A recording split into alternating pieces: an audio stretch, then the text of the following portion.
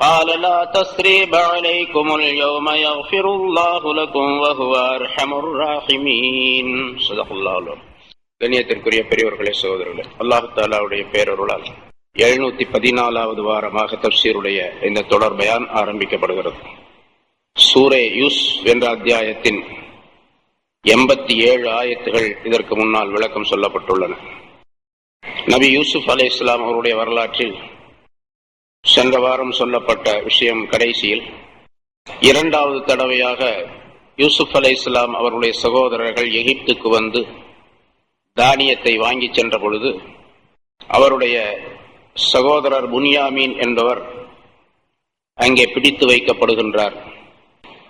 10 சகோதரர்களிலே ஒருவர், நான் இந்த எகிப்து நாட்டை விட்டு வரமாட்டேன், நம்முடைய தந்தைக்கு நாம் வாக்குறுதி கொடுத்து விட்டு வந்திருக்கின்றோம், சகோதரரை திருப்பி பத்திரமாக அழைத்து வருவதாக வாக்குறுதி அளித்தோம், ஆனால் அவருடைய நிலை இப்படி ஆகிவிட்டது, ஆகவே நீங்கள் செல்லுங்கள் என்பதாக 9 நபர்களையும் அனுப்பி வைத்தார்.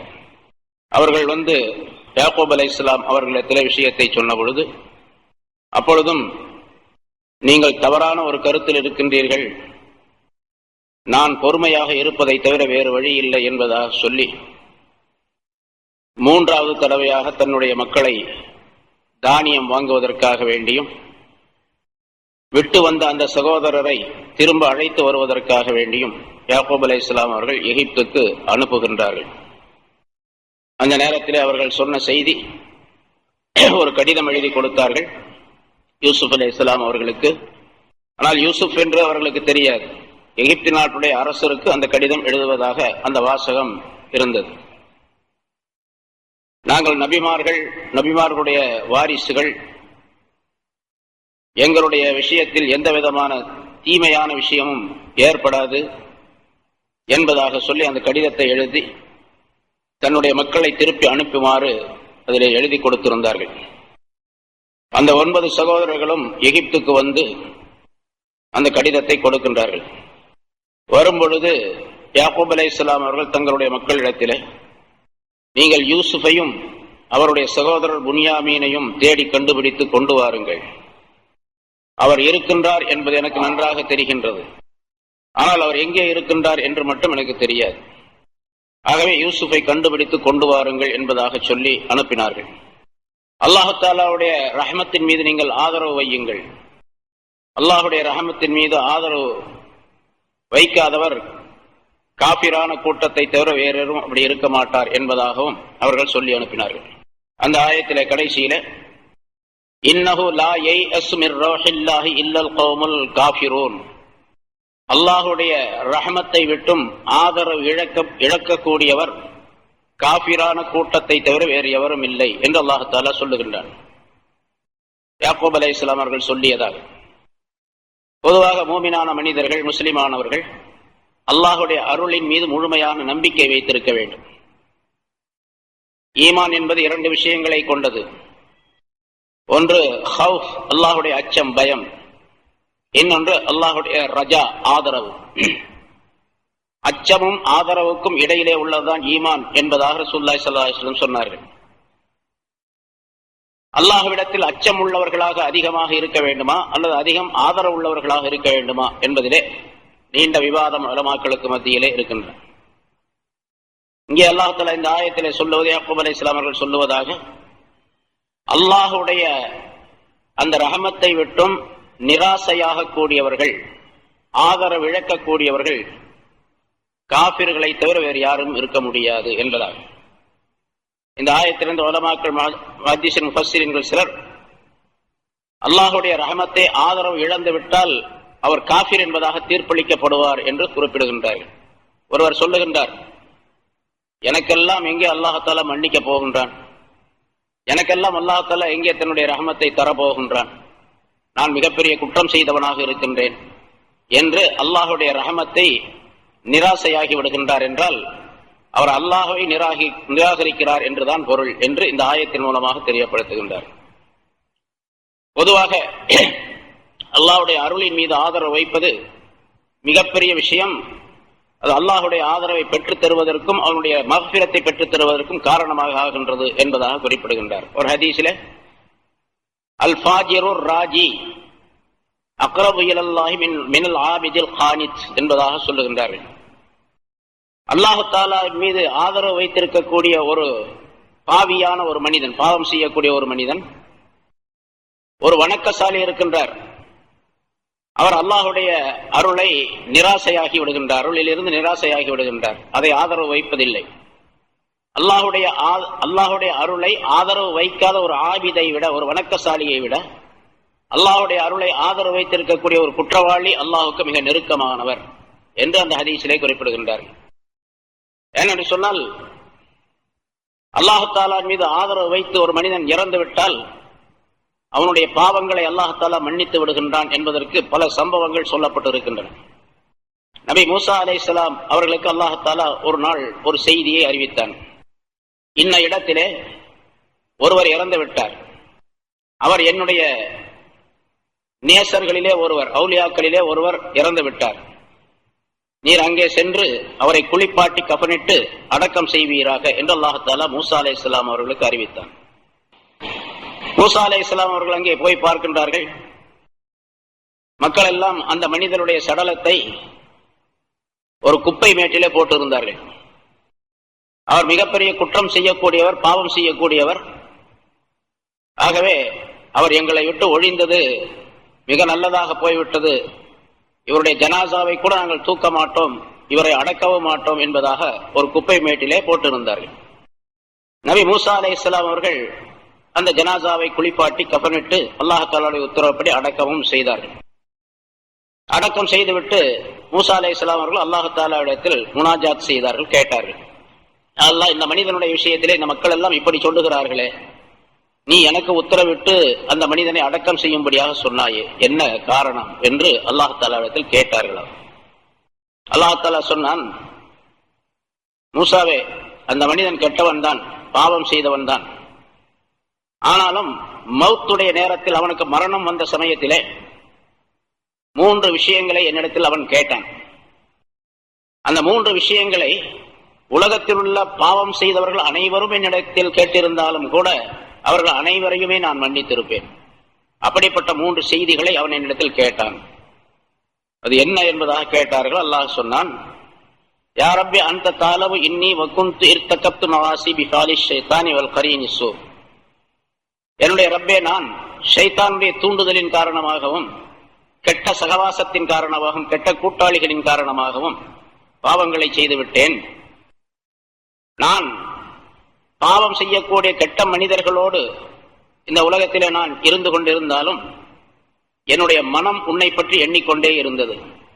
என்னை நீ என்ன செய்வாயோ என்று என்னுடைய மனம் உன்னை பற்றி எண்ணிக்கொண்டிருந்தது. இந்த பாவம் செய்வது தப்பு, தவறு என்பதாகவும் என்னுடைய மனதிலே அதை வெறுத்திருந்தேன். ஆனாலும் இந்த சகவாசத்தின் காரணமாகவும் ஷைத்தானுடைய தூண்டுதலின் காரணமாக இந்த பாவங்களை செய்து விட்டேன். இரண்டாவது, நான் பாவங்களை செய்யக்கூடிய நேரத்தில் கெட்டவர்களோடு இருந்து பாவங்களை செய்தேன். ஆனாலும் ஏதேனும் ஒரு நேரம் கிடைக்கும் பொழுது நல்லடியார்கள், நல்ல மனிதர்களோடு சகவாசம் கொண்டு அவர்கள் சொல்லக்கூடிய உபதேசங்களையும் பல நேரங்களிலே நான் கேட்டு வந்தேன். நல்லடியார்களோடு நான் உட்கார்ந்திருந்தேன். அப்படி நல்லடியார்களோடு இருப்பதுதான் எனக்கு ரொம்ப விருப்பமாகவும் இருந்தது. சில சந்தர்ப்பவசத்தின் காரணமாக, நிர்பந்தத்தின் காரணமாக கெட்டவர்களோடு சேர்ந்து பாவங்களையும் செய்துவிட்டேன். மூன்றாவது, என்னிடத்தில் யாராவது ஒரு நல்ல மனிதரும் ஒரு கெட்ட மனிதரும் வந்தால், என்னிடத்தில் ஒரு நல்லவர் ஒரு கெட்டவர் இருவரும் சேர்ந்து என்னிடத்தில் வந்தால், அந்த இருவரும் தங்களுடைய ஏதேனும் ஒரு தேவையை என்னிடத்தில் கேட்டால், அந்த நல்லடியார் எதை கேட்கின்றாரோ அதைத்தான் நான் முதலாவதாக நிறைவேற்றி வைப்பேன். அந்த கெட்டவர் கேட்பதை நான் நிறைவேற்றி வைக்க மாட்டேன் என்று அந்த மனிதன் சொன்னான். அந்த மனிதன் என்னிடத்தில் துஆ கேட்டான். பிறகும் என்னிடத்தில் அவன் கேட்டான், என்னுடைய ரப்பே, நான் இப்படி பாவங்களை எல்லாம் செய்து விட்டேன், என்னை நீ மன்னித்து விட்டால் உன்னுடைய நபிமார்கள், உன்னுடைய வலிமார்கள், நல்லடியார்கள் ஆகியோர் எல்லாம் அதை பார்த்து மகிழ்ச்சி அடைவார்கள், சந்தோஷப்படுவார்கள். என்னை நீ மன்னிக்காமல் எனக்கு நீ தண்டனை கொடுத்தால் உன்னுடைய எதிரியாக ஷைத்தான் சந்தோஷப்படுவார். இப்பொழுது நீ ஷைத்தான் மகிழ்ச்சி அடைவதை நீ விரும்ப மாட்டாய். உன்னுடைய நல்லடியார்கள் சந்தோஷம் அடைவைத்தான் நீ விரும்புவாய். ஆகவே உன்னுடைய எதிரியும் எங்களுடைய எதிரியுமான ஷைத்தானுக்கு எதிராக உன்னுடைய வலிமார்கள் நல்லடியார்கள் எல்லாம் சந்தோஷப்படக்கூடிய அந்த மன்னிப்பை எனக்கு நீ வழங்குவாயாக என்று என்னிடத்தில் கடைசி நேரத்தில் அவன் துஆ கேட்டான். அதாவது என் மீது முழுமையாக நம்பிக்கை வைத்திருந்தான், என்னுடைய அருளை நம்பிக்கை வைத்திருந்தான், அருள் கிடைக்கும் என்பதாக நம்பி இருந்தான். ஆகவே ரஹிம்துஹு, நான் அவனுக்கு அருள் புரிந்தேன். ஃபஇன்னி கஃபூருர் ரஹீம், நான் மன்னிப்பவனாகவும் அருள் புரிபவனாகவும் இருக்கின்றேன். யார் தன்னுடைய பாவத்தை என்னிடத்தில் சமர்ப்பிக்கின்றார்களோ, மன்னிப்பு கேட்கின்றார்களோ, அவர்களுக்கு நான் கண்டிப்பாக மன்னிப்பேன் என்று அல்லாஹ் தஆலா மூசா அலைஹிஸ்ஸலாம் அவர்களுக்கு அந்த செய்தியை சொன்னான் என்பதாக அறிவிக்கப்படுகின்றது. அல்லாஹ் தஆலாவுடைய தன்மை என்னவென்று சொன்னால், அவனுடைய ரஹமத்தின் மீது ஆதரவு வைத்து ஒரு மனிதன் கேட்டுவிட்டால் அதை கொடுக்காமல் இருப்பதில்லை. ஆகவே அல்லாஹ்வினுடைய ரஹமத்தின் மீது ஆதரவு வைப்பதை மிக முக்கியமாக கருத வேண்டும் என்பதை வலா தைஅஸு மிர் ரஹ்மத்தில்லாஹ், அல்லாஹ்வுடைய ரஹமத்தை விட்டு நீங்கள் ஆதரவு இழக்க வேண்டாம். வலா யைஅஸ் மிர் ரஹ்மத்தில்லாஹ் இல்லல் கௌமுல் காஃபிரூன் என்ற அந்த ஆயத்து நமக்கு அறிவுறுத்துகின்றது என்பதாக குறிப்பிடுகின்றார். அல்லாஹ் தஆலா மனிதனுடைய கல்வை பார்க்கின்றான். அந்த மனிதனுடைய கல்வு கொஞ்சம் சுத்தமாக இருந்தது. கடைசி நேரத்திலே அந்த கல்வு சுத்தமாக இருந்ததின் காரணமாக அவன் பாவ மன்னிப்பு தேடினான், அல்லாஹ்வுடைய ரஹமத்தின் மீது ஆதரவு வைத்தான். அதன் காரணமாக அல்லாஹ் தஆலா மன்னித்தான் என்பதாக குறிப்பிடுகின்றார். இன்னொரு அறிவிப்பில் அதே மூசா அலைஹிஸ்ஸலாம் அவர்கள் கேட்டதாக சொல்லப்படுகின்றது, யா அல்லாஹ், உன்னை நான் இந்த உலகத்திலே உன்னை நான் எங்கு தேடுவேன், எந்த இடத்திலே நீ இருப்பாய், யாருடைய இடத்திலே நீ இருப்பாய் என்பதாக மூசா அலைஹிஸ்ஸலாம் அவர்கள் கேட்டதற்கு அல்லாஹ் தஆலா சொன்னானாம், அனா இன்தல் முன்கஸிரத்தி குலூபுஹும் மின் அஜ்லி, என்னுடைய மஹப்பத்தின் காரணமாக யாருடைய உள்ளம் பணிந்து விடுகின்றதோ அவருடைய இடத்திலே அவருடைய கல்விலே நான் இருப்பேன் என்று அல்லாஹ் தஆலா சொன்னதாக அறிவிக்கின்றார்கள். யாரிடத்திலே பணிவும் அடக்கமும் இருக்கின்றதோ, அதே நேரத்தில் அல்லாஹ் தஆலாவுடைய அச்சமும் அவருடைய ஆதரவும் இருக்கின்றதோ அந்த மனிதனிடத்தில் நான் இருப்பேன் என்பதாக அல்லாஹ் தஆலா சொல்லியதாக அதிலே குறிப்பிடப்படுகின்றது. ஆக யாக்கூப் அலைஹிஸ்ஸலாம் அவர்கள் தங்களுடைய மக்கள் கண்டிப்பாக தங்களுக்கு கிடைப்பார்கள் என்ற ஆதரவு வைத்திருந்தார்கள், அல்லாஹ்வுடைய அருளின் மீது ஆதரவு வைத்திருந்தார்கள். அதனால் அந்த மக்களிடத்திலே சொல்லி அனுப்பினார்கள் என்பது இங்கே குறிப்பிடப்படுகின்றது. பொதுவாக நமக்கு அதிலிருந்து பாடம், எந்த நேரத்திலும் அல்லாஹ் தஆலாவுடைய அருளை விட்டு நிராசையாகிவிடக் கூடாது. எவ்வளவு பெரிய பாவங்கள் செய்தாலும் சரி, எவ்வளவு பெரிய குற்றவாளியாக இருந்தாலும் சரி, அல்லாஹ் மன்னிப்பான் என்ற எண்ணத்தோடு உறுதியோடு அவரிடத்தில் நம்பிக்கை கொண்டு வாழக்கூடியவர்களாக இருக்க வேண்டும் என்பதை அது தெரியப்படுத்துகின்றது. பிறகு அல்லாஹ் சொல்லுகின்றான், யூசுப் அலைஹிஸ்ஸலாம், யாக்கூப் அலைஹிஸ்ஸலாம் அவர்களுடைய மக்கள் அந்த 9 பேரும் 3வது முறையாக இப்பொழுது எகிப்துக்கு வருகின்றார்கள். ஃபலம்மா தகலு அலைஹி, யூசுப் அலைஹிஸ்ஸலாம் அவர்களிடத்தில் அவர்கள் வந்த பொழுது, காலு யா அய்யுஹல் அசீஸ், அரசர் அவர்களே, மஸ்ஸனா வ அஹ்னலா லுர், எங்களுக்கு பசியும் பட்டினியும் பஞ்சமும் ஏற்பட்டு விட்டது, மீண்டும் எங்களுக்கு ஏற்பட்டு விட்டது. 3வது தடவையாக 2 தடவை தானியங்களை வாங்கி கொண்டு போனார்கள். முதல் தடவை 10 பேர் வந்தார்கள். புன்யாமீன் என்பவரை அழைத்து வரவில்லை. 2வது தடவை அழைத்து வர வேண்டும் என்ற நிபந்தனையிட்டு இருந்தார்கள். 2வது தடவை அழைத்து வந்த பொழுது அவரை தங்களிடத்தில் தங்க வைத்துக் கொள்வதற்காண்டி ஒரு உபாயம் செய்தார்கள். அரசாங்கத்தினுடைய முத்திரை படியை, தங்கத்தினாலான அந்த படியை அவர் திருடிவிட்டார் என்பதாக சொல்லி அவரை கைது செய்து வைத்துக் கொண்டார்கள். திரும்ப அவர்கள் 10 பேரிலே ஒருவர் அங்கே தங்கிவிட்டார், மீதி 9 பேர் மறுபடியும் சென்றார்கள். மீண்டும் அவர்கள் வருகின்றார்கள். இப்பொழுது 3வது தடவையாக, எங்களுக்கு பசியும் பஞ்சமும் ஏற்பட்டு விட்டது அரசர் அவர்களே, எங்களிடத்தில் முழுமையாக தானியம் வாங்கி செல்வதற்குரிய காசு எங்களிடத்தில் இல்லை. வஜினா பிபிதாத்தின் முஸ்ஜாத்தின், ரொம்ப அற்பமான சில காசுகளை, பொருள்களை நாங்கள் கொண்டு வந்திருக்கின்றோம். பிலாத் என்று சொன்னால் பொருள், முஸ்ஜாத் என்று சொன்னால் ரொம்ப அற்பமானது. அற்பமான பொருள் என்று சொன்னால் பல விளக்கங்கள் சொல்லப்பட்டு இருக்கின்றன. தானியம் வாங்குவதற்குரிய அளவான அந்த காசுகள் எங்களிடத்தில் இல்லை, ரொம்ப குறைவாக இருக்கின்றது என்று ஒரு அர்த்தம். இன்னொன்று, உங்களுக்கு கொடுப்பதற்கு உங்களுடைய நாட்டு காசு எங்களிடத்தில் இல்லை. எங்களுடைய நாட்டிலே உள்ள சில காசுகளை நாங்கள் வைத்திருக்கின்றோம். அது இந்த நாட்டிலே செல்லாது. அந்த செல்லாத காசுகளை உங்களிடத்தில் கொண்டு வந்திருக்கின்றோம்.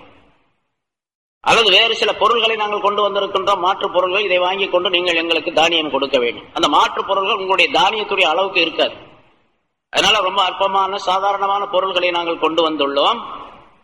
எங்களுக்கு பஞ்சமும் ஏற்பட்டு இருக்கின்றது. கையில எங்களுக்கு நிரப்பமாக அளந்து தாருங்கள். நீங்க கொடுக்கக்கூடிய அந்த தானியத்தை நிரப்பமாக கொடுங்க, நாங்க கொஞ்சம் தான் காசு கொடுக்க முடியும் என்று ரொம்ப இரக்கத்தோடு பணிவோடு கேட்டுக்கொண்டார்கள். சதகா அலைனா, எங்களின் மீது நீ சதகா செய்வீராக, தர்மம் செய்வீராக, தர்மமாக நீங்கள் தர வேண்டும். ஏனென்றால் நீங்கள் கொடுக்கக்கூடிய அந்த பொருளுக்கு முழுமையான காசை நாங்கள் கொடுக்க முடியாது. நீங்கள் கொடுக்கக்கூடிய பொருளை தானமாக தர்மமாக எங்களுக்கு தர வேண்டும் என்பதாக கேட்டுக்கொண்டார்கள். சதகா அலைனா, இங்கே ஒரு கருத்து எழுதப்படுகின்றது. ரசூலுல்லாஹி ஸல்லல்லாஹு அலைஹி வஸல்லம் அவர்கள் சொன்னார்கள்,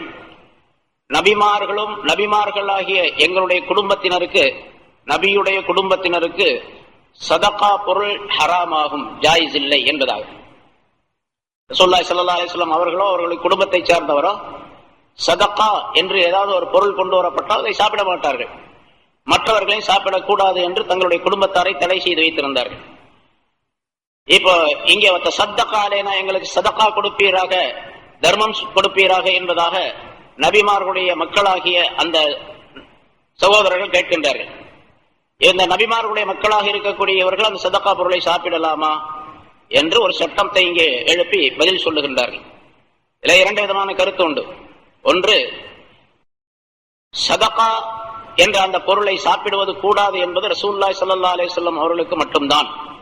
அதற்கு முந்தைய நபிமார்கள் எல்லாம் அந்த சட்டத்திற்குரியவர்களாக இல்லை. அவர்களுக்கு சதகா என்பது யாராவது தர்மம் கொடுத்தால் அதை சாப்பிடலாம் என்ற நிலை மற்ற நபிமார்களுக்கு இருந்தது.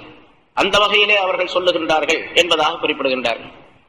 இன்னொரு கருத்து, எங்களுக்கு நீர் சதகா அலைனா, எங்களுக்கு சதகா செய்வீராக என்று சொன்னால் அன்பளிப்பாக கொடுப்பீராக என்பதாகத்தான் அதற்கு பொருள் வைக்க வேண்டும். சதகா என்ற பொருள் அல்ல. மற்ற நபிமார்களும் அதே சட்டத்திற்குரியவர்கள் தான். அவர்களும் சதகா பொருளை சாப்பிடக்கூடாது என்று வைத்துக் கொண்டால், அப்ப இந்த சதகா அலைனா என்பதற்கு அன்பளிப்பாக தருவீராக என்று அர்த்தம் வைத்துக் கொள்ள வேண்டும் என்பதாக குறிப்பிடுகின்றார். பொதுவாக அன்பளிப்பு என்பது வேறு, சதகா என்பது வேறு. அன்பளிப்பு என்று சொன்னால் யார் யாருக்கு வேண்டுமானால் அன்பளிப்பாக கொடுக்கலாம், அது உயர்ந்த தன்மை உடையது. சதகா என்பதை விட உயர்ந்த தரஜா உடையது, உயர்ந்த நன்மைக்குரியது அன்பளிப்பு என்பது.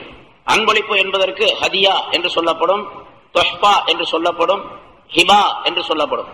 ஹிபத் என்பதும் தொஹ்பா என்பதும் ஹதியா என்பதும் அன்பளிப்பு என்ற பொருளை கொண்டது. சதகா என்பதற்கு ஒரே ஒரு வார்த்தை தான். அந்த சதகா என்பது தர்மம். அந்த தர்மம் செய்வதிலே ரெண்டு வகை உண்டு. ஒன்று நேர்ச்சை செய்து தர்மம் செய்வது, இன்னொன்று நேர்ச்சை இல்லாமலேயே தர்மம் செய்வது. நேர்ச்சை செய்து தர்மத்தை நிறைவேற்றுவதாக இருந்தால் அந்த பொருளை ஏழை எளியவர்களுக்கு, மிஸ்கீன்களுக்கு மட்டுமே கொடுக்க வேண்டும். பணக்காரர்களுக்கோ வசதி படைத்தவர்களுக்கோ உறவினர்கள் ஏழையாக இருந்தால் கொடுக்கலாம், இல்லாவிட்டால் கொடுக்கக்கூடாது. நியத்து இல்லாமல், நேர்ச்சையுடைய நியத்து இல்லாமல் இருந்தால் யாருக்கு வேண்டாலும் கொடுக்கலாம். நபிமார் ரசூலுல்லாஹி ஸல்லல்லாஹு அலைஹி வஸல்லம் குடும்பத்தினரை தவிர மற்றவர்கள் அனைவருக்கும் கொடுக்கலாம் என்பது சட்டம். முன்னால் அது சூரத்துல் பக்ரா, சூரா ஆல இம்ரான்ல சொல்லப்பட்டிருக்கின்றது.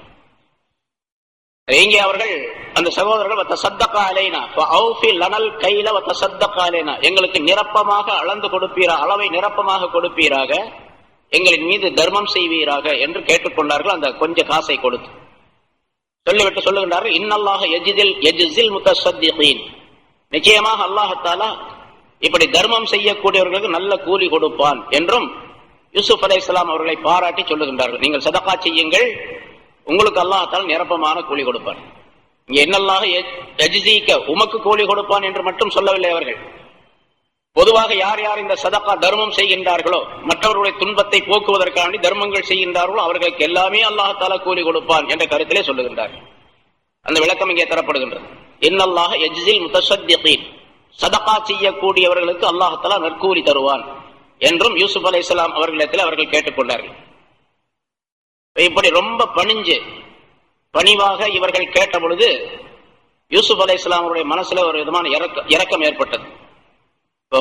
முதல்ல 2 தடவை வந்த போதும் தங்களை அடையாளம் காட்டிக் கொள்ளவில்லை. அவர்களும் கண்டுகொள்ள முடியவில்லை. யூசுப் அலைஹிஸ்ஸலாம் தாங்களும் சொல்லவில்லை, நான் தான் யூசுப்னு சொல்லல. இந்த மூணாவது தடவை இவர்கள் இப்படி சொன்ன பொழுது, அது அந்த யாக்கூப் அலைஹிஸ்ஸலாத்திலிருந்து அந்த கடிதமும் வந்த நேரத்தில் அந்த கடிதத்தை படித்தார்கள். இவர்கள் சொன்னதை கேட்டார்கள். அவருடைய மனதிலே ஒரு விதமான இரக்கம் ஏற்பட்டு விட்டது. அதனால யூசுப் அலைஹிஸ்ஸலாம் அவர்கள் சொல்லுகின்றார்கள்,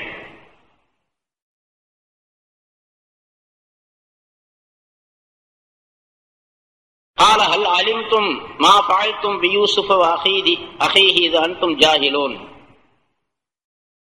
யூசுப் அலைஹிஸ்ஸலாம் அவர்கள் யூசுஃபையும் அவருடைய சகோதரரையும் நீங்கள் என்ன செய்தீர்கள் என்று உங்களுக்கு தெரியுமா? இது அன்தும் ஜாஹிலூன், நீங்கள் அறிவில்லாதவர்களாக இருந்த நேரத்தில் அவர்களுடைய விஷயத்திலே என்ன செய்தீர்களோ அதற்கு என்ன தண்டனை கிடைக்கும் அல்லது எவ்வளவு பெரிய குற்றம் என்பதை நீங்கள் அறியாமல் இருந்த நிலையில் யூசுஃபையும் அவருடைய சகோதரரையும் நீங்கள் என்ன செய்தீர்கள் என்று நீங்கள் தெரிந்திருக்கின்றீர்களா, உங்களுக்கு தெரியுமா என்று கேட்டார்கள்.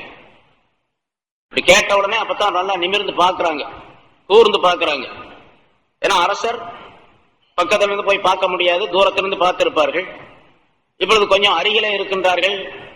இன்னும் சில அறிவிப்புகளிலே இப்படி சொல்லப்பட்டு இருக்கின்றது, யூசுப் அலைஹிஸ்ஸலாம் அவர்களை இந்த சகோதரர்கள் முந்தின 2 தடவை பார்க்கும் பொழுதும் அவர் அரியாசனத்திலே உட்கார்ந்திருந்தார், சிம்மாசனத்திலே உட்கார்ந்திருந்தார். அரசருடைய முழுமையான ஆடைகளோடு அலங்காரங்களோடு வீற்றிருந்தார். அதே போன்று அவருடைய தலையிலே கிரீடம் இருந்தது, அரசருக்குரிய உயர்ந்த கிரீடம். ஏனென்றால் மிகப்பெரிய ஒரு அரசராக எகிப்தினுடைய அரசவையிலே அவர் இருந்தார், அரசாட்சி செய்து கொண்டிருந்தார். அதனால் அவருடைய தலையிலே கிரீடம் இருந்தது. முன்னால் சொல்லப்பட்டது, அந்த நாட்டு அரசர் ரய்யான் இப்னு வலீத் என்பவர் ஆட்சி பொறுப்பு அனைத்தையும் யூசுப் அலைஹிஸ்ஸலாம் அவர்களிடத்தில் ஒப்படைத்துவிட்டு அவர் நிம்மதியாக ஓய்வெடுத்துக் கொண்டிருந்தார். அத்தோடு மட்டுமல்லாமல் யூசுப் அலைஹிஸ்ஸலாம் அவர்கள் இஸ்லாமிய பிரச்சாரம் செய்து கொண்டிருந்தார்கள், தப்லீக் செய்து கொண்டிருந்தார்கள். இதை கேட்டு பல ஆயிரக்கணக்கான மக்கள் இஸ்லாத்தையும் ஏற்றுக்கொண்டிருந்தார்கள். அந்த அரசரும் கூட இஸ்லாத்தை ஏற்றுக்கொண்டார் என்பதாக குறிப்பிடுகின்றார்கள். இந்த நிலையிலே முந்தைய 2 தடவையும் யூசுப் அலைஹிஸ்ஸலாம் அவர்களால் அடையாளம் கண்டுகொள்ள முடியவில்லை சகோதரர்கள். இப்பொழுது யூசுப் அலைஹிஸ்ஸலாம் அவர்கள் தன்னுடைய தலையில் இருந்த அந்த கிரீடத்தை கழற்றினார்கள். அவருடைய முகத்தை பார்த்த உடனேயே அவருடைய மேலங்கியை எடுத்தார்கள். பார்த்த உடனேயே தெரிந்தது இவர்தான் யூசுப் என்பதால். எடுத்த உடனே கேட்கின்றார்கள், ஹல் அலிம்தும் மா ஃபஅல்தும் பி யூசுஃப வ அஹீஹி இதா அன்தும் ஜாஹிலூன். நீங்கள் அறியாமல் இருந்த அந்த நேரத்திலே யூசுஃபையும் அவருடைய சகோதரரையும் நீங்கள் என்ன செய்தீர்கள் என்று உங்களுக்கு தெரியுமா என்று கேட்ட பொழுது, இவர்தான் யூசுப் போல தெரியுது என்பதாக நினைத்து முழுமையாக நம்பித்தான் சொல்லுகின்றார்கள். நீங்கள் தான் யூசுஃபா என்பதாக கேட்டார்கள். ஆலு அந்த இன்னகல அந்த யூசுப், நீங்கள் தான் யூசுஃபா என்று கேட்டார்கள். நீங்கள் தான் யூசுப் என்பதாக முடிவு செய்து சொல்லவில்லை. ஒரு பெரும்பாலான எண்ணம் அவர்களுக்கு இவர்தான் யூசுப் என்பதாக. கொஞ்சம் சந்தேகமும் இருந்தது. அதனால் அப்படி கேட்கின்றார்கள், இன்னகல அந்த யூசுப், நிச்சயமாக நீங்கள் தான் யூசுஃபோ என்று கேட்டார்கள். ஆனா யூசுப் ஹாதா அஹி, நான் தான் யூசுப், இவர் என்னுடைய சகோதரர். பக்கத்துல புன்யாமீன் உட்கார்ந்து இருந்தார். சொல்லுகின்றார்கள், நான் தான் யூசுப், இவர் என்னுடைய சகோதரர் அப்படின்னு சொன்ன அந்த வார்த்தையிலே இருக்கின்றது, என்னை பார்த்தீர்களா, இந்த நாட்டினுடைய மிகப்பெரிய அதிகார பீடத்திலே நான் இருக்கின்றேன், ஆட்சி பொறுப்பிலே இருக்கின்றேன்.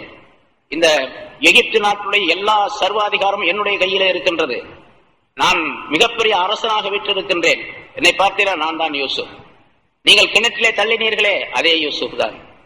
நீங்கள் ஒரு வியாபார கூட்டத்தாரிடத்திலே சில காசுகளை வாங்கிக் கொண்டு என்னை அடிமை என்று சொல்லி விற்றீர்களே, அந்த யூசுப் தான் நான் என்ற வாசகங்கள் எல்லாம், கருத்துக்கள் எல்லாம் அதற்குள்ளே மறைந்திருக்கின்றன. நான் தான் யூசுப், நீங்கள் என்னை கொடுமைப்படுத்தினீர்கள், என்னென்ன செய்தீர்களோ அதையெல்லாம் அதை உள்ளே மறைத்து ஒரே வார்த்தையில சொல்லி காட்டுகின்றார். செய்தார்களோ அதையெல்லாம் உள்ளே மறைத்து சொல்லி காட்டுகின்றார்கள். நான் தான் யூசுப். இந்த சகோதரர் என்னுடைய சகோதரர்.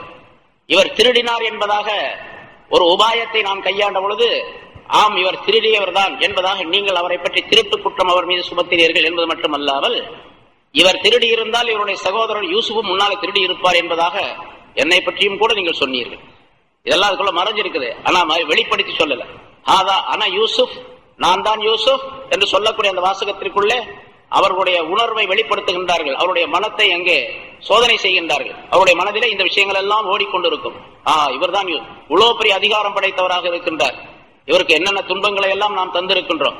இன்னும் கூட அவர்கள் நினைத்திருக்கலாம், அந்த சகோதரர்கள், இவ்வளவு பெரிய ஆட்சி அதிகாரத்தில் இருக்கின்றார், நாம் எப்படி எத்தனையோ துன்பங்களை தந்திருக்கும், கிணற்றிலே தள்ளினோம், அடிமை என்பதாக சொல்லி விற்பனை செய்தோம், அவருக்கு துன்பங்களை தந்தோம், இவர் திருடர் என்பதாகவும் ஒரு தடவை சொல்லிவிட்டோம் போன தடவை வரும் பொழுது, ஆகவே இவர் நமக்கு கடுமையான தண்டனை கொடுக்க போகிறார் என்பதாகவும் அவர்கள் நினைத்திருக்கலாம். அதனால் யூசுப் அலைஹிஸ்ஸலாம் அவர்கள் சொல்லுகின்றார்கள், ஆனா யூசுப் ஆகி அது மன்னல்லாஹு அலைனா, அல்லாஹ் தஆலா எங்களின் மீது உபகாரம், பேருபகாரம் புரிந்து விட்டான், எங்களின் மீது பெரிய உபகாரம் செய்திருக்கின்றார். ஏனென்று சொன்னால், நீங்கள் கிணற்றிலே தள்ளிய அதே யூசுப் தான் நான், மிகப்பெரிய அதிகாரத்தோடு இன்று வீற்றிருக்கின்றேன், ஆட்சி பொறுப்பிலே வீற்றிருக்கின்றேன். அதனால அல்லாஹ் தஆலா எங்களின் மீது மிகப்பெரிய உபகாரம் செய்திருக்கின்றார். என்னுடைய சகோதரரை பாருங்கள், ஏன்னா அந்த எகிப்திலிருந்து கண்ணான் என்று அவர்கள் இருக்கக்கூடிய ஊர் ஒரு 3 நாள் தொலைவு தூரம் என்பதாகவும் அல்லது அதைவிட கூடுதல் என்பதாகவும் பலவிதமான அறிவிப்புகள் இருக்கின்றன. எப்படியும் ஒரு நீண்ட காலம் அந்த ஊருக்கு போய்விட்டு வருவதற்கு ஆகும். அப்படிப்பட்ட தொலைவில் இருக்கக்கூடிய அந்த ஊரில் இருந்து இங்கே போன தடவை கொண்டு வந்து அவர் சகோதரர் புன்யாமீன் என்பவரை தங்க வைத்தது, அதற்கு இடையிலே உள்ள கால அளவுக்கு அவர் அரசு சபையிலே மிக சுகமாக உல்லாசமாக வாழ்ந்து வருகின்றார் அரண்மனையில். அதனாலே அவர் சகோதரர் அவர்களுக்கும் புன்யாமீன் அவர்களுக்கும் அல்லாஹ் தஆலா மிகப்பெரிய உபகாரத்தை இப்பொழுது செய்து விட்டான், இவர் என்னுடைய சகோதரர் எனக்கு அருகிலே உட்கார்ந்து இருக்கின்றார் என்று சொல்லுகின்றார்கள். மன்னல்லாஹு அலைனா, எங்களுக்கு அல்லாஹ் தஆலா பேருபகாரம் செய்து விட்டான் என்பதாக சொல்லி அவர்களுக்கு அறிவிக்கும். பிறகு ஒரு பொது கருத்தை சொல்லுகின்றார்கள், இன்னஹு மன் யத்தகி வ யஸ்பிர் ஃபஇன்னல்லாஹ லா யுதியு அஜ்ரல் முஹ்சினீன், நிச்சயமாக எவர் ஒருவர் அல்லாஹ்வை பயப்படுகின்றாரோ, வ யஸ்பிர் பொறுமையாக இருக்கின்றாரோ, நிச்சயமாக அல்லாஹ் தஆலா நல்லவர்களுடைய கூலியை வீணாக்க மாட்டான் என்பதாகவும் சொன்னார்கள். இது பொதுவான கருத்தும் கூட. யூசுப் அலைஹிஸ்ஸலாம் அவர்கள் சொல்லுகின்றார்கள், அல்லாஹ்வை பயந்து எவர் வாழுகின்றாரோ அவரையும், அதே மாதிரி பொறுமையாக இருக்கின்றாரோ அவரையும் அல்லாஹ் தஆலா வீணாக்க மாட்டான். அவர்களுடைய யார் நல்லடியார்களாக நன்மைகள் செய்து வாழுகின்றார்களோ அவர்களை வீணாக்க மாட்டான் என்பதாக குறிப்பிடுகின்றார்கள். 2 விஷயங்களை அல்லாஹ் தஆலா இங்கே இந்த வாசகத்திலே சொல்லுகின்றான். இது யூசுப் அலைஹிஸ்ஸலாம் அவர்கள் சொல்லக்கூடிய வாசகம். ஆனால் பொதுவாக உலக மக்கள் அனைவருக்குமே, குறிப்பாக முஸ்லிம்களுக்கு அல்லாஹ் தஆலா அறிவுறுத்துகின்றார். ஒன்று தக்வா, அல்லாஹ்வுடைய அச்சம் இருக்க வேண்டும். இன்னொன்று சபர், பொறுமை இருக்க வேண்டும். அல்லாஹ்வுடைய அச்சத்தின் காரணமாக மனிதர்கள் தீமை செய்யாமல் வாழக்கூடிய சூழ்நிலையை உருவாக்கி கொள்ள முடியும். அல்லாஹ்வுடைய பயம் இருந்தா தான் குற்றங்கள் செய்யாமல் வாழ முடியும். 2வது, அல்லாஹ்வுடைய பயம் இருக்கக்கூடிய நேரத்திலே குற்றங்கள், பாவங்கள், ஹராமான விஷயங்கள் எதையுமே மனிதன் செய்ய மாட்டான். அப்படி செய்யாமல் இருக்கக்கூடிய நேரத்திலே, குற்றங்கள் தீமைகளை செய்யாமல், ஹராமான காரியங்களை செய்யாமல் இருக்கக்கூடிய நேரத்திலே உலகத்திலே பலவிதமான சிரமங்கள் ஏற்படும். உதாரணமாக பல தடவை பல ஆயத்துகளுக்கு விளக்கங்கள் சொல்லப்பட்டு இருக்கின்றன. ஒரு மனிதன் ஹலாலான பொருள் ஈட்டி வாழ வேண்டும் என்று நினைக்கின்றான். அல்லாஹ்வுடைய பயம் இருப்பதன் காரணமாக ஹலாலான பொருளை தேட வேண்டும் என்று மனிதன் நினைக்கின்றான். ஹலாலான பொருளை தேட வேண்டும்,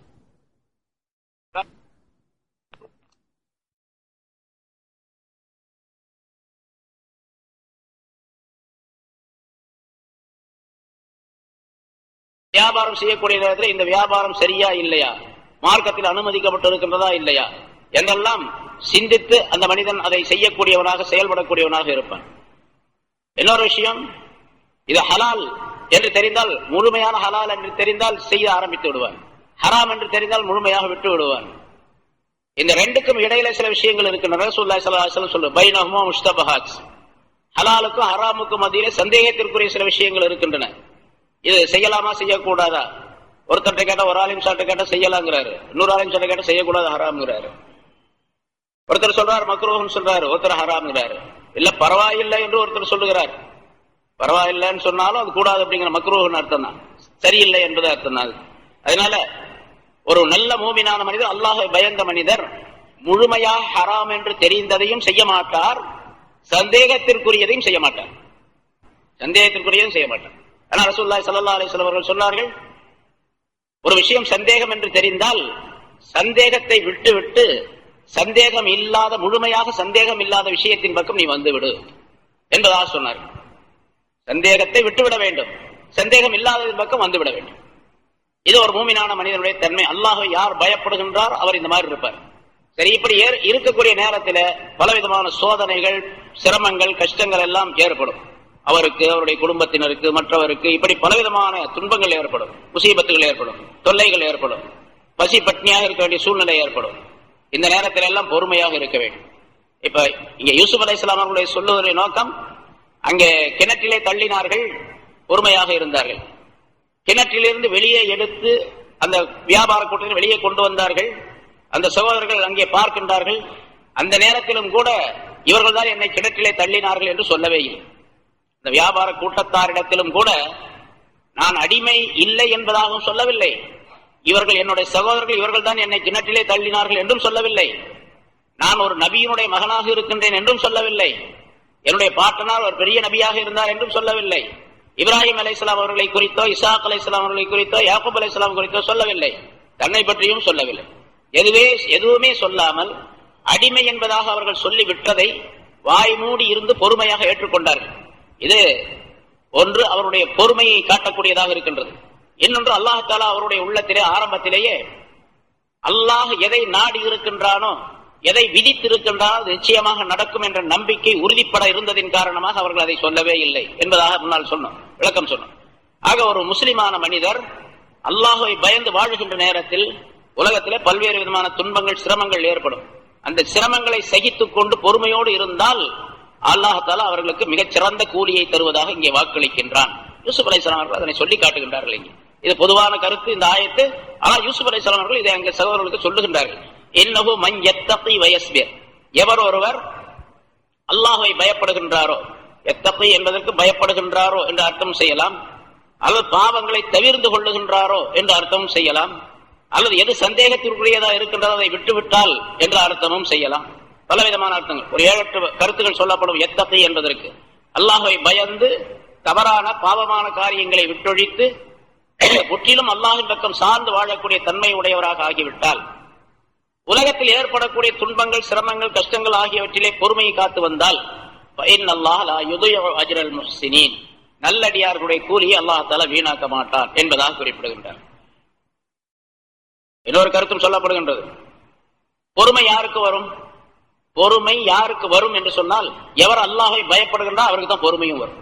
அதனால ரெண்டு இணைத்து அல்லாஹ் தஆலா சொல்லுவார், மன் யத்தகி வயஸ்பிர், எவர் அல்லாஹ்வை பயந்து இன்னும் பொறுமையும்.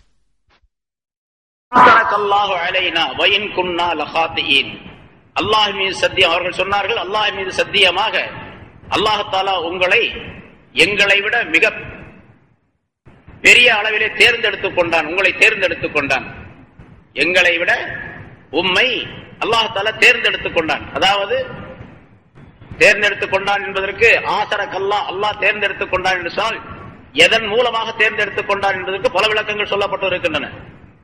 இப்ப யூசுப் அலைஹிஸ்ஸலாம் அவர்களை வெறும் சகோதரராக மட்டும் அவர்கள் கணிக்கவில்லை. அங்கே அவர்களுக்கு நுபுவத் வழங்கப்பட்டு இருக்கின்றது என்பதையும் தெரிந்து கொண்டார்கள். அவர் நபியாக இருக்கின்றார், ரசூலாகவும் இருக்கின்றார் என்பதை தெரிந்து கொண்டார்கள்.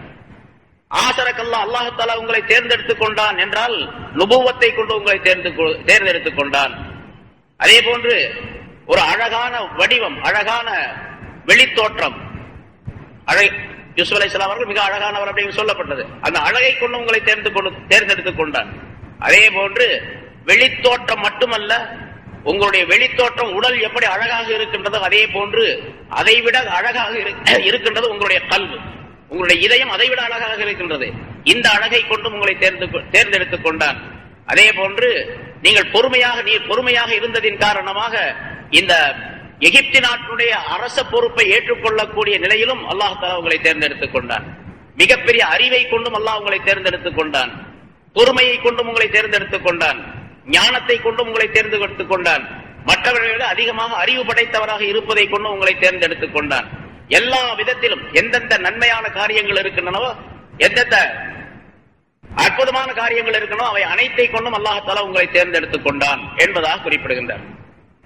இன்னொரு கருத்து, முதல்ல சொன்னாங்க யூசுப் அலைஹிஸ்ஸலாம் அவர்கள் சொன்னார், வமன் யத்தகி வயஸ்பிர், எவர் அல்லாஹ்வை பயந்து பொறுமையாக இருக்கின்றாரோ அவருடைய கூலியை அல்லாஹ் தஆலா வீணாக்க மாட்டான்னு சொன்னாங்க. அது உங்களுக்கு தான் பொருத்தம். அல்லாஹ்வை பயந்தவராக இருப்பதும் பொறுமையோடு இருந்த தன்மையும் உங்களுக்கே பொருத்தம். அதை கொண்டு அல்லாஹ் தஆலா உங்களை தேர்ந்தெடுத்துக் கொண்டார் என்ற கருத்தும் சொல்லி காட்டுகின்றார். ஏன்னா அல்லாஹ்வை பயந்ததின் காரணமாக இந்த சகோதரர்களுடைய எந்த குற்றத்தையும் வெளிப்படுத்தி அவர்களுக்கு தண்டனை கொடுக்கவில்லை. மற்றவராக இருந்தால் என்ன ஆகும்? யூசுப் அலைஹிஸ்ஸலாம் அவர்கள் அல்லாஹ்வினால் தேர்ந்தெடுக்கப்பட்ட நபியாக இருந்தார்கள், மிகப்பெரிய அறிவு படைத்தவர்களாக இருந்தார்கள், அல்லாஹ்வுடைய தக்தீரை பற்றி முழுமையான நம்பிக்கை கொண்டவர்களாக இருந்தார்கள். அதனால எது நடந்ததோ அது எல்லாம் அல்லாஹ்தாலாவுடைய ஏற்பாட்டின்படி நடந்து முடிந்தது என்ற எண்ணத்திலே அங்கே எந்த விதமான பழி வாங்குதலும் செய்யவே இல்லை, எந்த விதமான குற்றத்தையும் அவர்கள் மீது சுமத்தவே இல்லை. இவர்கள் சொல்லுகின்றார்கள், எங்களை விட நீங்க உங்களை அல்லாஹ்தாலா தேர்ந்தெடுத்துக் கொண்டான் என்று சொல்லிவிட்டு, வயின் நிச்சயமாக குன்னா லகாத்தியின் நாங்கள் தவறு செய்தவர்களாகவே ஆகிவிட்டோம், பெரிய தவறுகள் செய்துவிட்டோம் என்று சொல்லி, தவறு செய்துவிட்டோம் என்ற அந்த வாசகத்தை சொன்னது எங்களை குற்றவாளியாக நீங்கள் கருத வேண்டாம், அல்லது குற்றவாளியாக கருதி நீங்கள் தண்டனை கொடுப்பீர்களோ என்பதாக அந்த கருத்தை உள்ளடக்கி அதனை சொல்லி காட்டுகின்றார்கள். நாங்கள் குற்றவாளிகளாக தவறு செய்தவர்களாக இருக்கின்றோம் என்பதாக சொன்னார்கள். قال لا تثريب عليكم اليوم يغفر الله لكم وهو ارحم الراحمين.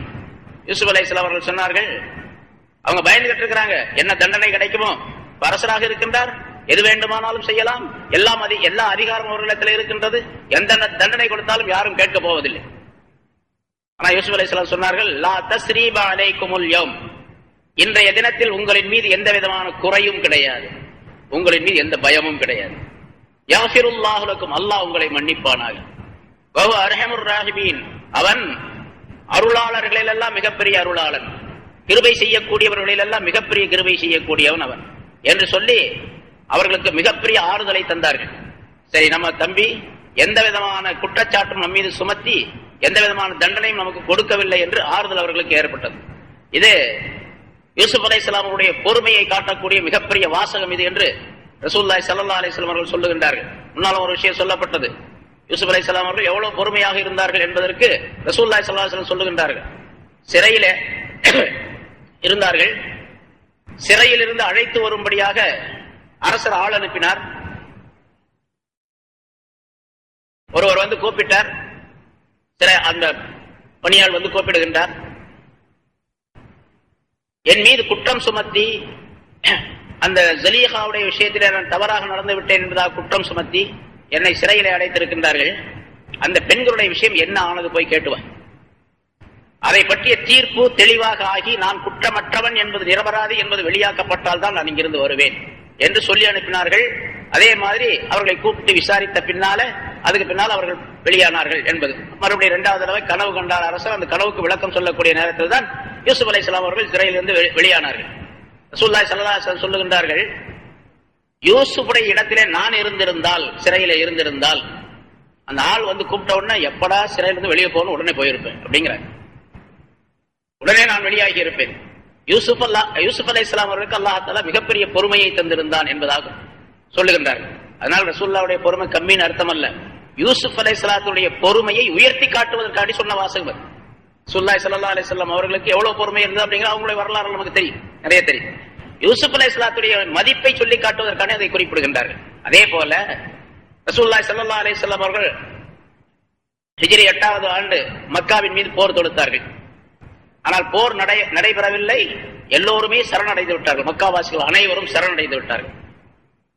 இரவிலே காலையில அதிகாலை நேரத்தில் வந்தார்கள், மத்தியானத்திற்குள்ளாக எல்லோரும் சரணடைந்து காபாவுடைய சாவியையும் கொண்டு வந்து கொடுத்து விட்டார்கள். மக்கா வெற்றியாக்கப்பட்டது. ரசூலுல்லாஹி ஸல்லல்லாஹு அலைஹி வஸல்லம் அவருடைய கைக்கு மக்கா வந்து விட்டது, மக்காவுடைய அதிகாரம் வந்து விட்டது என்ற நிலையிலே மக்கா வெற்றி கொள்ளப்பட்டது. இப்பொழுது மக்கா வெற்றி கொள்ளப்பட்ட நேரத்தில் ரசூலுல்லாஹி ஸல்லல்லாஹு அலைஹி வஸல்லம் அவர்கள் சொல்லுகின்றார்கள், அல்ஹம்துலில்லாஹில்லதி ஸதக வஅதா, அல்லாஹ் தஆலா வாக்களித்திருந்தான் மக்காவை வெற்றியாக்கி தருவதாக. போகும்போது எப்படி போனாங்க, எதிரிகளுக்கு பயந்து இரவோடு இரவாக நடுநிசி நேரத்தில் அபூபக்கர் சித்திக் ரலியல்லாஹு தஆலா அன்ஹு அவர்களை மட்டும் அழைத்துக் கொண்டு யாருக்கும் தெரியாமல் போய் கடைசியில் அந்த சௌர் குகையிலே ஒளிந்திருந்து 3 நாட்களுக்கு பின்னால் அங்கிருந்து புறப்பட்டு யாருக்கும் தெரியாமல் மதீனாவுக்கு போய் சேர்ந்தார்கள்.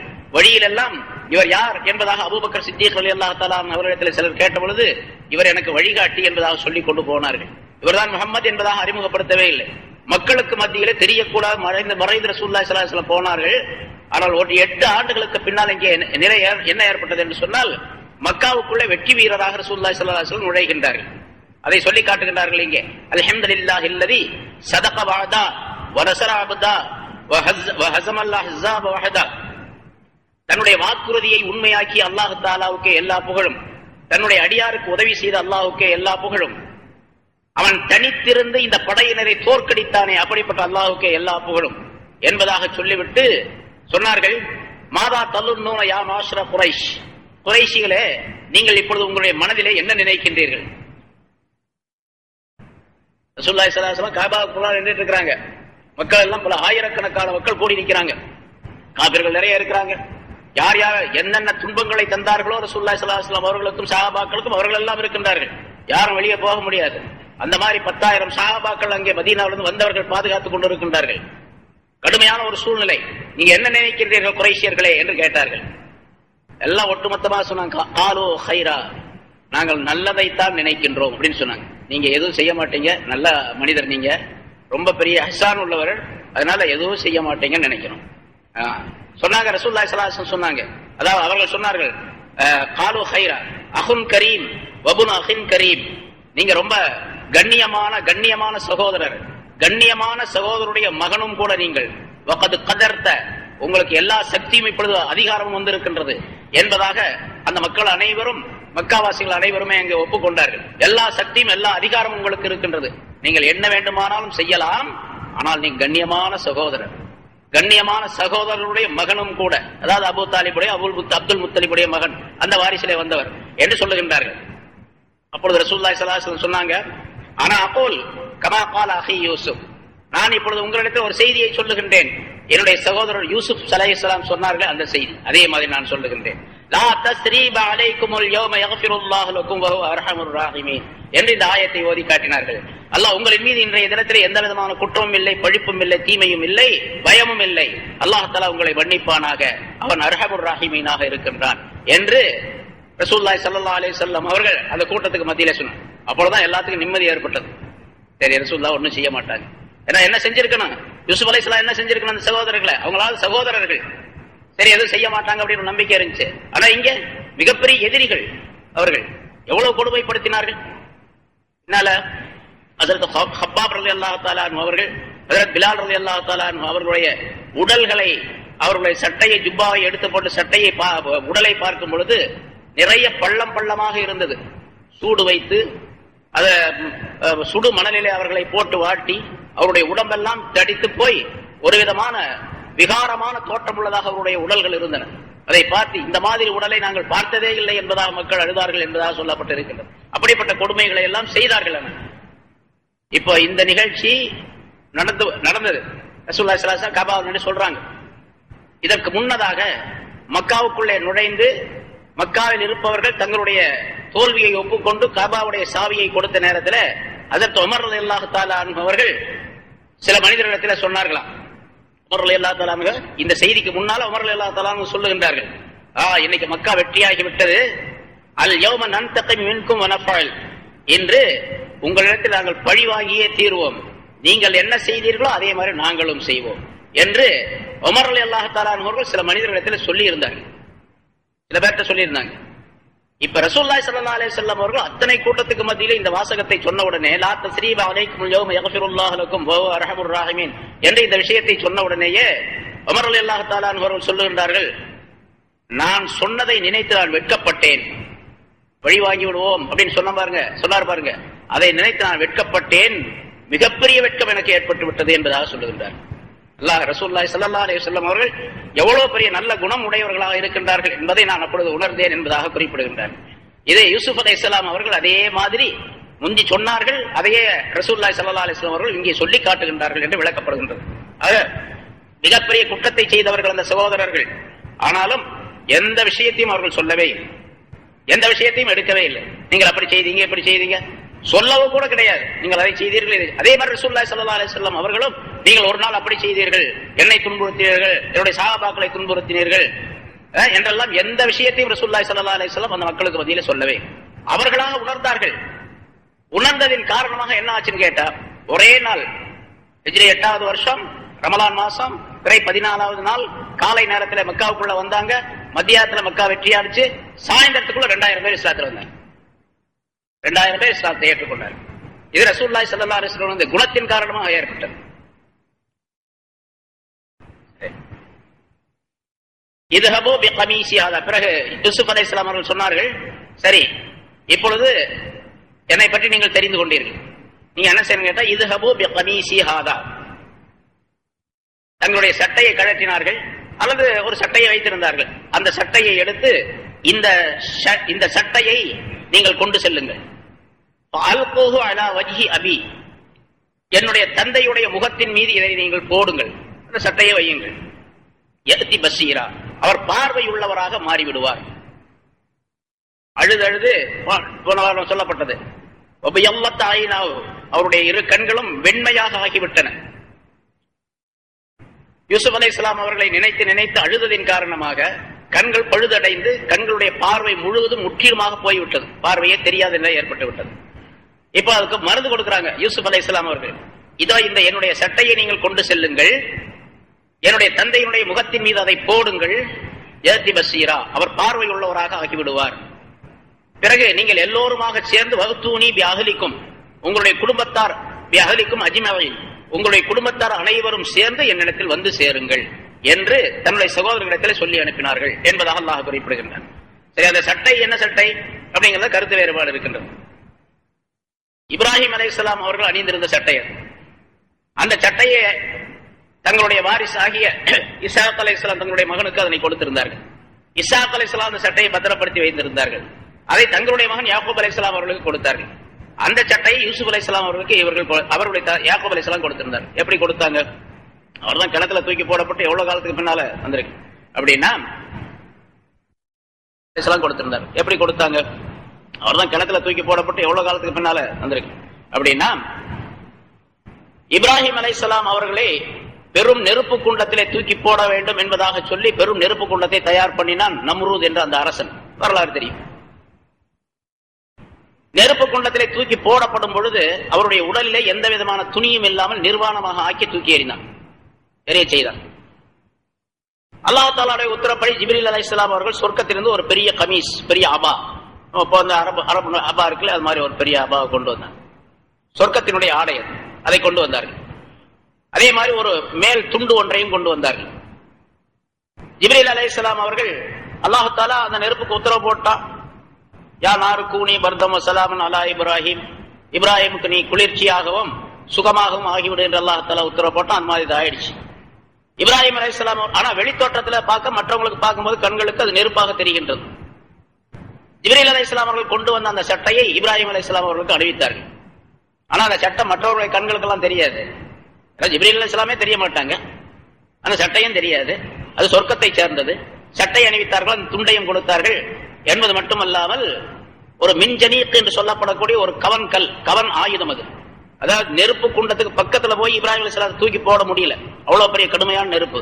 அதனால தூரத்துல ஒரு ஆயுதத்தை செய்திருந்தான். அந்த ஆயுதம் எப்படிப்பட்டது என்று சொன்னால், ஒரு முனையிலே இப்ராஹிம் அலைஹிஸ்ஸலாம் அவர்களை உட்கார வைத்து இன்னொரு முனையை வேகமாக அழுத்தினால் அவர் தூக்கி அங்கே எறியப்படுவார்.